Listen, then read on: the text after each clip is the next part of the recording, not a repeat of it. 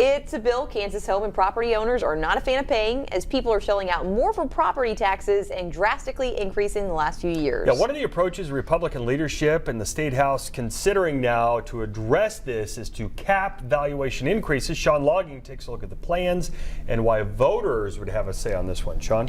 Mike Rachel, the Senate and House have different versions of how they want to achieve capping valuations increases. This is the process done each year by county appraisers to determine how much a home or building is worth. These plans are constitutional amendments, so if they're passed by both chambers, they'll go to voters to decide on.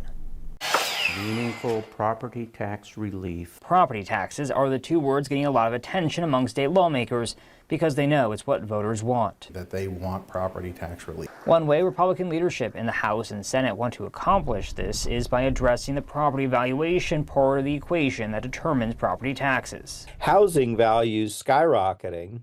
Oftentimes, when the property is reassessed due to rising market values, it will assess at a much higher value, which of course causes the property tax bill to go up even though the levy hasn't increased. How property is valued comes from the state constitution. That's why changing that process has to go through a constitutional amendment. On the Senate side, last week passed out their version that would cap valuation increases to 3% a year, except for new construction, improvements, and other exemptions.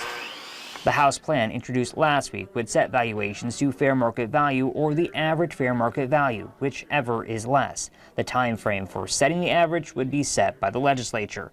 The idea of this being to prevent steep increases that lead to paying higher property taxes. Emporia State professor of political science Michael Smith says this is where it gets complex. It can also create disparities in the neighborhood between longtime residents and new residents. That could shift property tax burdens to newer construction or newer homeowners, according to appraisers. For counties, cities, and schools funded by property taxes, it could mean what's being collected isn't keeping up with inflation. There are no easy answers.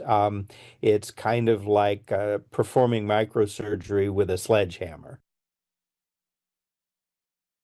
For a constitutional amendment, it needs to pass both chambers with 2/3 support before it could end up on a ballot. If one of these plans does pass, voters could decide on it in November. This is one of multiple efforts being worked for property taxes, which include proposals to decrease mill levies, which the amendments would not address, but a lot of that is managed by local governments.